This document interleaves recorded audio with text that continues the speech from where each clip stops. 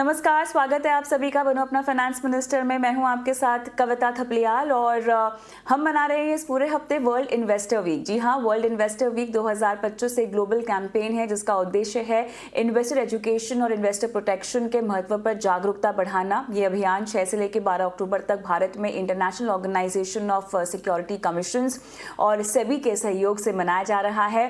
ET now स्वदेश ने हमेशा निवेशकों के हितों को सर्वोपरि रखा है और इसी मकसद से हम 6 से लेकर 11 अक्टूबर तक वर्ल्ड इन्वेस्टर वीक मना रहे हैं और खास प्रोग्रामिंग भी आपके लिए हम लेकर आ रहे हैं। इसीलिए हर दिन शाम 6:30 बजे ईटी नाउ स्वदेश पर बनो अपना फाइनेंस मिनिस्टर आपको देखना है, जहां एक्सपर्ट्स आपको बताएंगे कि अपने पर्सनल फाइनेंस पोर्टफोलियो को बेहतर और सुरक्षित तरीके से कैसे मैनेज करें।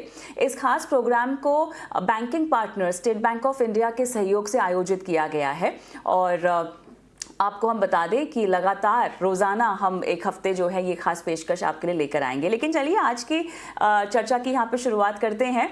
बचपन से हम पिगी बैंक में पैसे डालना तो सीखते ही हैं, गुल्लक में पैसे डालना, लेकिन क्या हमें ये सिखाया गया है कि पैसे के साथ सही रिश्ता कैसे बनाया जाए?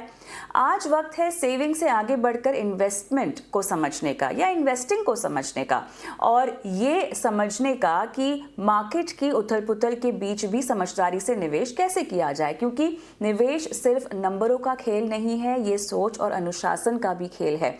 तो आइए जानते हैं कैसे बने एक स्मार्ट इन्वेस्टर, कैसे रखें अपने पैसे के साथ सही अलाइनमेंट और कौन सी रणनीतियां अपनाएं इस अनिश्चित दौर में। हमारे साथ 3 मेहमान भी यहाँ पे जुड़ गए हैं। विनायक सप्रे साहब और हमारे साथ आदित्य अग्रवाला भी है और साथ ही अनंत लड्ढा भी हैं जो अपनी राय रखेंगे इस पूरे मुद्दे पर, हमको समझाएंगे कि बचत से निवेश तक का सफर कितना जरूरी है और निवेश में आगे कैसे बढ़ना चाहिए।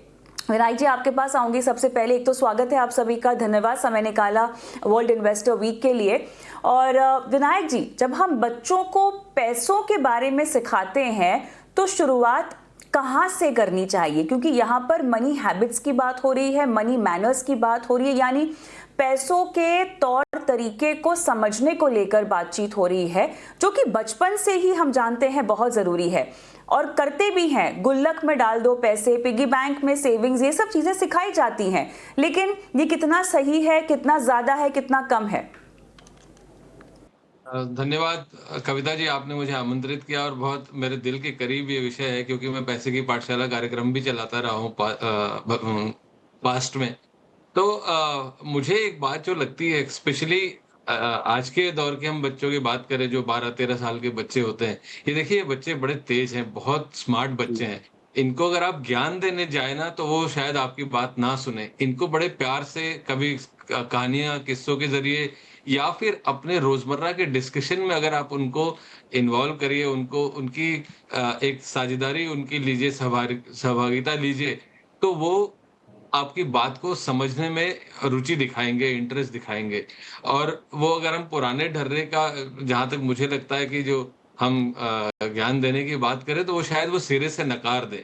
तो इसलिए शुरुआत ऐसे करें कि घर कहानी से शुरुआत करें, उनको बताएँ कि कैसे पैसे का मोल इम्पोर्टेंट है। एक छोटा-सा उदाहरण मैं आपको देता हूँ, जो मैंने खुद अपने बच्चों पे किया है। कि हम बाहर फ़िल्म देखने गए, बच्चा मेरा 14-15 साल का था उस वक़्त, और मैंने कहा कि उसको पॉकेट मनी दी हुई थी, तो अ, उसने कोल्ड ड्रिंक की डिमांड की। आपको पता है कि सिनेमा देखने अगर आप जाइए तो बहुत महँगे मिलते हैं कोल्ड ड्रिंक। मैंने कहा, ठीक है, तुम्हारे पास पैसे हैं ना, तुम ले लो। जब अपनी जेब से पैसा जाता है तब उसको लगता है, जबकि उसको, क्योंकि दिमाग में ये पता है कि ये बहुत महँगी चीज़ है, लेकिन अगर पिताजी ने दिया तो वो ठीक है। अगर अपनी जेब से जा रहा है तो उनके मनोविज्ञान को समझने की आवश्यकता है और उनको ऐसे धीरे-धीरे समझाएँ कि जो ज़रूरत की चीज़ें हैं उस पे हमें खर्च करने की ज़रूरत है, जो वांट है वो थोड़ा वेट कर सकते हैं। तो हमने उसके बाद बाहर जाके तो उनको रोक मत लगाइए, उनके लिए साथ में सॉल्यूशन भी रखिए कि अगर ये नहीं तो ये मेरे पास है, जो ज़्यादा बेहतर सॉल्यूशन है आपके आपकी डिमांड को पूरा करने के लिए। तो ये छोटी-छोटी चीज़ें हैं। और जो मैंने कहा पुराने ढर्रे की चीज़, तो एक उदाहरण, मेरा बच्चा अभी जो छोटा वाला है वो 10वीं में है, और एक इंसिडेंट से वो ज़रा दुखी हो गया। उसके यहाँ जो फाइनेंशियल मैनेजमेंट जो नया स्कूल में शुरू किया है, उसके 1 मार्क कटे क्यों? कि जब उसको लिखा कि सेविंग से पैसे बनते हैं, तो उसने वो कहा कि ये उत्तर गलत है क्योंकि इन्वेस्टमेंट से बनते हैं।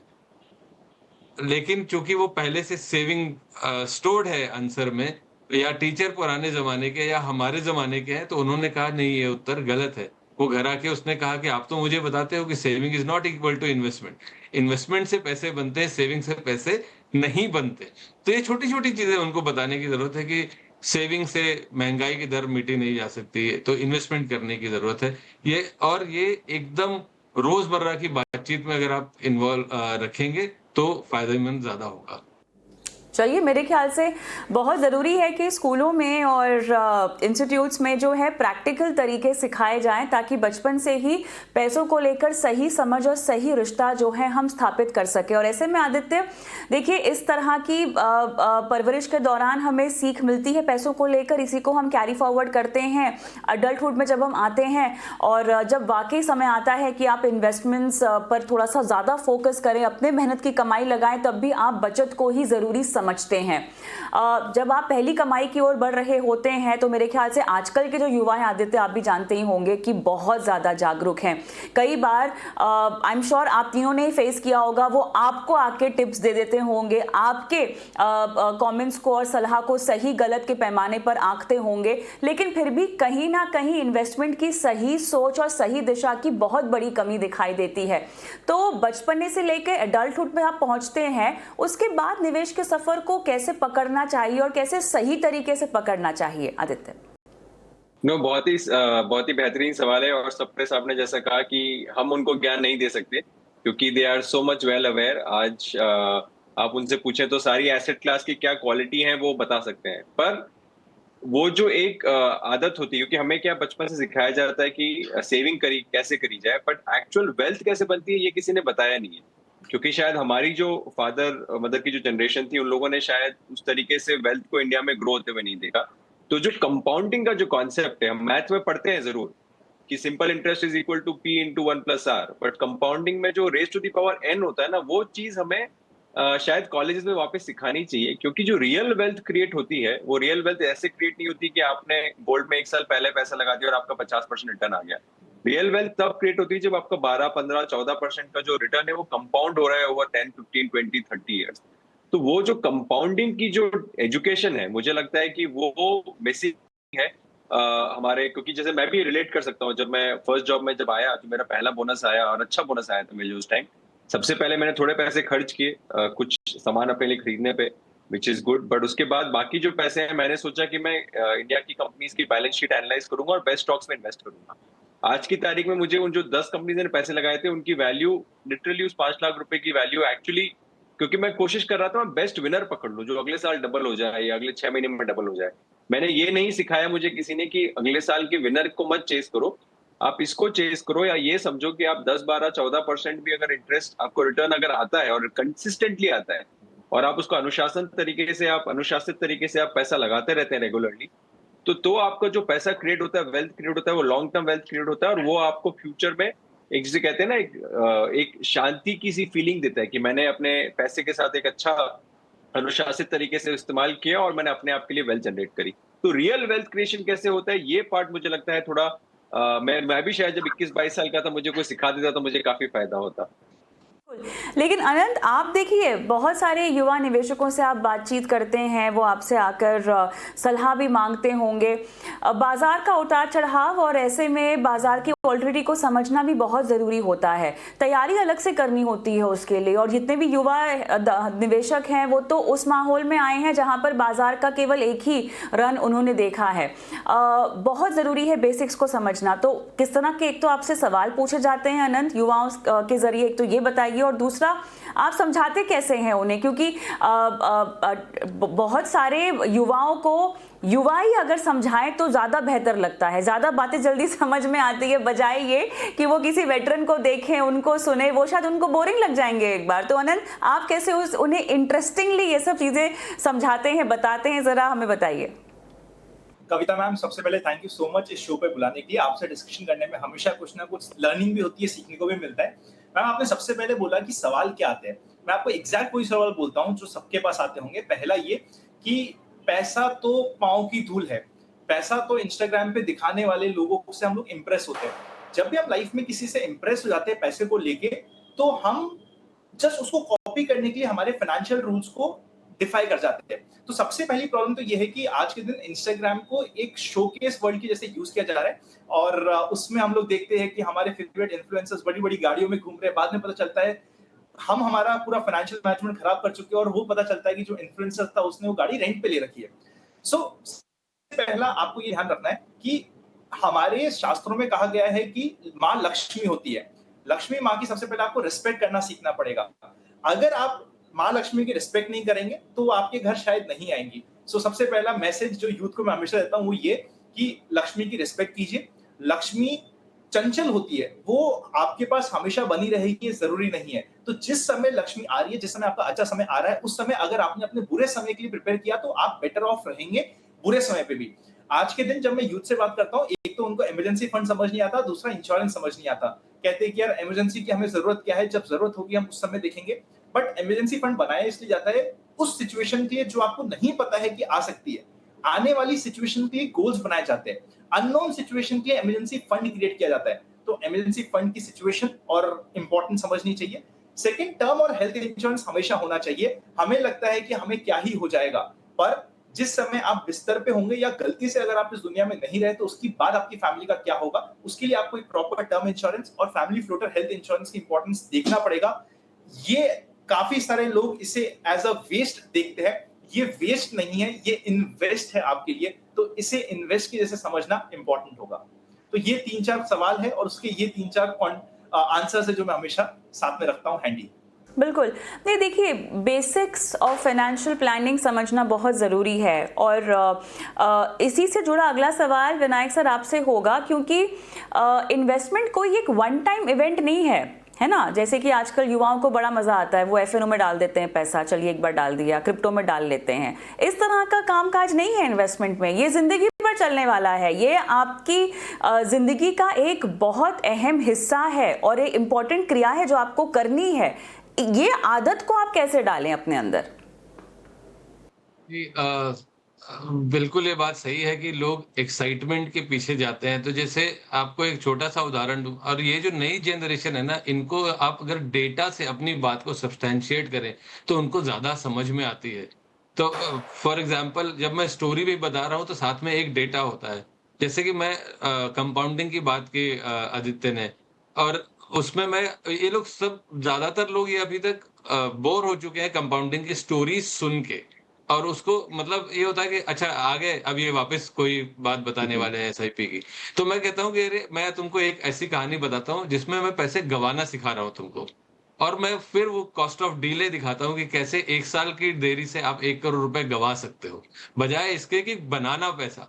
अब उसको समझ में आता है कि नहीं भाई, ये भाई जो एक्चुअली सटल वे में ये कह रहे हैं, वो ये कह रहे हैं कि हमें आज से शुरू कर देना चाहिए। और साथ में जब सामने आप उनको डेटा दिखाते हैं, तो उनको बात समझ में आती है। ऐसा नहीं कि वो सुनने को तैयार नहीं है। आप उनको उनकी भाषा में अगर समझाएँगे तो वो समझ में आती है। दूसरी चीज़, जैसे मैंने कहा रोज़मर्रा की बातों में, अगर हम अपने आस-पास के बच्चों से या बात करूँ मैं कि देखो कोई व्यक्ति 20 साल से 22 साल से ऑफ़िस में जा रहा है रोज़, लेकिन अचानक ऐसा हो गया कि उसके साथ ऐसा हादसा हो गया या अचानक नौकरी चली गई। तो अरे अगर वो 2 साल का पैसा अरे 6 महीने का पैसा अपने पास रखता तो अच्छा रहता। लोग कंटिजेंसी समझते क्यों नहीं है? अब वो बात, एक कोई बज़वर्ड उसके दिमाग में अगर घुस गया तो वो रजिस्टर हो जाता है। ये छोटी-छोटी चीज़ें जो हमें रोज़मर्रा के जीवन में एप्लीकेबल अप्लाई करनी चाहिए, और वो उनको समझ में आती है, और वो फिर जाके 4 लोगों से बात करते हैं। कम से कम मैं अपने घर में देख सकता हूँ, और मेरे आस-पास के कई लोग ऐसे हैं जो मेरी वज़ह से उनकी नेक्स्ट जनरेशन जो 22, 23, 24 साल आज उन्होंने नौकरी करना शुरू किया, वो उन्होंने निवेश के महत्व को समझा है, और एफ&ओ या ऐसी खतरनाक चीज़ों से वो अभी तक तो दूर रहे हैं। कहने का तात्पर्य यही है कि उनको उनकी भाषा में समझाने की आवश्यकता है, और डेटा से सब्सटैंशिएट करिए। जो बड़ी-बड़ी जो जैसे अनंत ने भी बताया कि इंस्टा पे जो वो बात करते हैं, छोटा-सा उदाहरण है कि किसी ने बड़ी कार खरीद ली और बच्चे ने बोला कि अरे पापा उसने बीएमडब्ल्यू खरीद ली। आप अगर बताएँ कि ये तो लोन पे है और ये डेप्रिशिएटिंग एसेट है, ये डबल वहमी है, इसका दोहरी मार पड़ती है। तब उसको समझ में आएगा कि हाँ, लोन तो ले लिया है, लेकिन क्या ये वाक़ई समझदारी का काम है?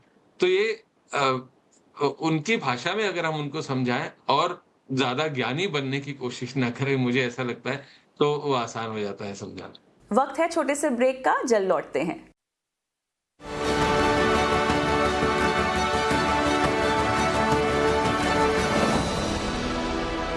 देखिए, एक तो ऐसा निवेशकों का एज ग्रुप है जहां पर वो समझते हैं कि उनको सब कुछ पता है, और कहीं ना कहीं एक ऐसा निवेशकों का एज ग्रुप भी है जो ट्रेडिशनल इन्वेस्टमेंट से बाहर ही नहीं निकलना चाहते। आदित्य, थोड़ा सा अब उन पर भी हम फोकस करते हैं, क्योंकि बचपने में ही उनको बता दिया गया है कि बचत करनी है, सोने में डालना है, रियल एस्टेट में डालना है, फिक्स डिपॉजिट करनी है। आप तीनों मानेंगे कि देश में आज भी बहुत बड़ा तबका जो है वो फिक्स डिपॉजिट में ही पैसे लगाता है, वो आज भी प्रॉपर्टी ही खरीदता है। उसको आज भी लगता है कि रिटायरमेंट के बाद रेंट से जो आया हुआ पैसा है वो ही उनकी कमाई है और वो ही जिंदगी भर का उनका आसरा है पैसों का। अब उस एज ग्रुप को आप कैसे समझाएंगे कि इक्विटी जैसे एसेट क्लास भी अपने पोर्टफोलियो में डाल देनी है, और लॉन्ग टर्म में महंगाई को अगर मात देना है तो वो फिक्स डिपॉजिट नहीं कर पाएगा। सुरक्षित तो कोई भी निवेश नहीं है, हर निवेश में रिस्क है, लेकिन फिर भी फिक्स डिपॉजिट ज्यादा सुरक्षित है। क्योंकि देखिए, आज भी हम उस देश में हैं जहां पर एसआईपी नंबर्स भले ही बढ़ रहे हैं हर महीना, लेकिन ओटीटी सब्सक्रिप्शन अभी भी ज्यादा है ना? तो कैसे समझाएंगे आदित्य? नहीं, ये तो एक्चुअली ये तो रोज का ही मैटर है जो आपने पूछा है। और इंटरेस्टिंगली कल परसों ही एक्चुअली किसी का फोन आया था मेरे पास में। वो आंध्र प्रदेश के एक छोटे से विलेज से है। उन्होंने पूछा कि पहले 8-9 महीने पहले तो जब भी मैं ऐप खोलता था मुझे अपना पोर्टफोलियो ग्रीन में दिखता था, पर अब जब भी खोलता हूँ मेरे को रेड में दिखता है। तो मैं कैसे, मतलब वो थोड़ा चिंतित थे कि इससे अच्छा तो मैं बैंक में अपने पैसे डाल देता, बेहतर रहता।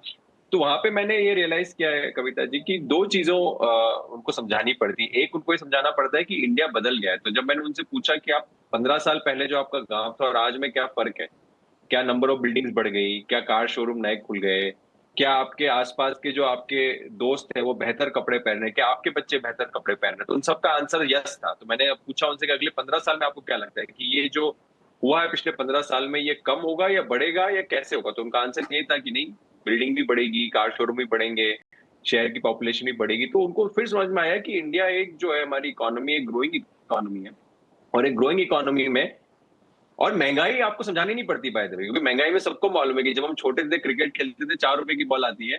आज वही क्रिकेट जब मैं अपने बिल्डिंग के बच्चों के साथ खेलता हूँ तो पता पड़ता है कि 70-80 रुपए की बॉल है। तो महंगाई किसी को आपको समझानी नहीं पड़ती। तो महंगाई सबको पता है कि महंगाई हो रही है, पर उनको वो जो कॉन्फिडेंस देना पड़ता है कि इंडिया की ग्रोथ स्टोरी में अगर आपको पार्टिसिपेट करना है, जो हमें चारों तरफ दिख रही है, हमें कहीं जाने की, दूर जाने की जरूरत नहीं, हमें अपने चारों तरफ दिख रही है इंडिया की ग्रोथ स्टोरी। उसमें अगर पार्टिसिपेट करना है तो आपको इक्विटी मार्केट में जाना ही पड़ेगा, और वहां पे अगर आप थोड़ा लंबे समय का आउटलुक लेकर आएंगे तो पैसा पक्का बनेंगे। तो ये 2-3 चीजें समझाने से उनको मोर, जैसे जैसे सर ने बोला कि आपको एक यूथ को ज्यादा डेटा दिखाना पड़ता है, आपको उस एज ग्रुप के लोगों को ज्यादा इमोशनल कंफर्ट देना पड़ता है और उनके आसपास चीजें दिखानी पड़ती है कि वो अपने आसपास चीजें जब देखते हैं तो उनको ऑटोमेटिकली कॉन्फिडेंस आता है कि वो सही पाथ पे है।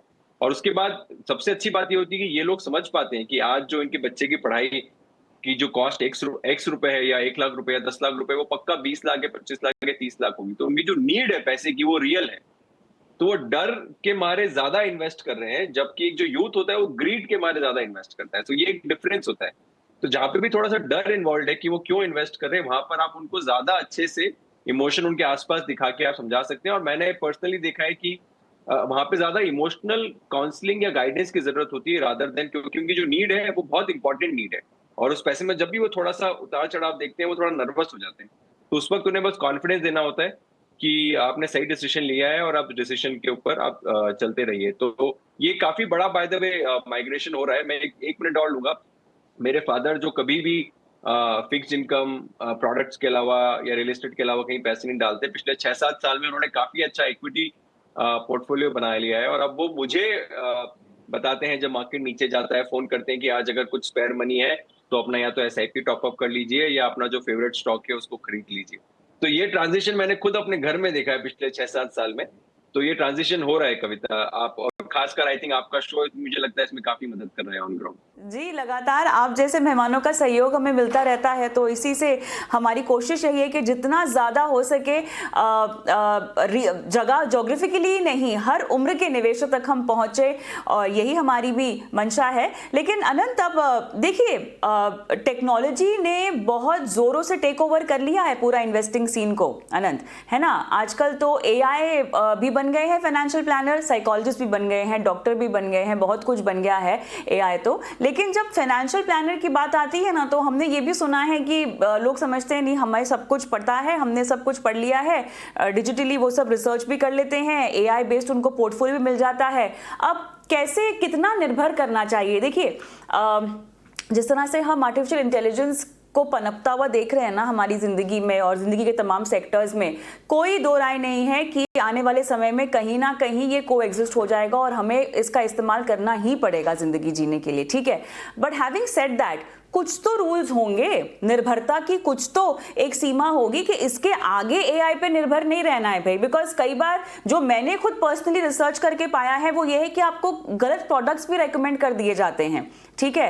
आपकी रिस्क एपेटाइट समझ में आती है, नहीं आती है, और कई बार ऐसा भी होता है कि इसमें कुछ पिच्ड पार्टनरशिप्स भी होती हैं जहां पे जबरदस्ती प्रोडक्ट्स बेचे जाते हैं। अब यहां पर तो मिस सेलिंग का भी खतरा है ना आनंद। तो कितना निर्भर किया जाए फिर?